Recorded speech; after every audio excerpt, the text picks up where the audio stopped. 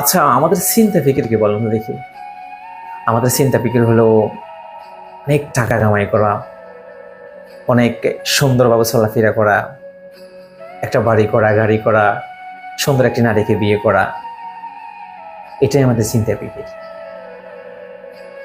কিন্তু এই চিন্তা ফিকির বাইরে আসলে আমাদের কোনো চিন্তা ফিকির আসে না।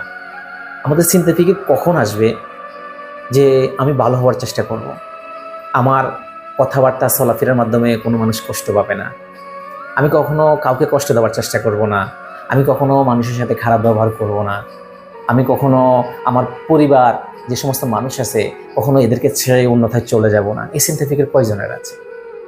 আমরা সবাই ভালো থাকতে চাই, কিন্তু কাদের সাথে আমরা ভালো থাকব, কার কার সাথে চললে আমাদের ভালো থাকা হবে, কাদের সাথে সম্পর্ক ঠিক রাখলে আমাদের ভালো সম্পর্ক, ভালো দিনকাল যাবে, সেটা আমরা প্রয়োজনীয় বুঝি।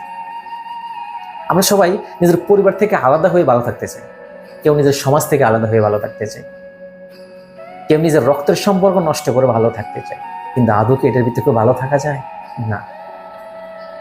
আপনি মানুষের সাথে সুন্দর ব্যবহার করেন, আপনার পরিবারের সাথে সুন্দর ব্যবহার করেন, মাতা পিতার সাথে সুন্দর ব্যবহার করেন, নিজের ছেলে সন্তানের সাথে সুন্দর ব্যবহার করেন, নিজের পাড়া প্রতিবেশীর মধ্যে সাথে সুন্দর ব্যবহার করেন, দেখবেন আপনি ভালো থাকতে পারবেন।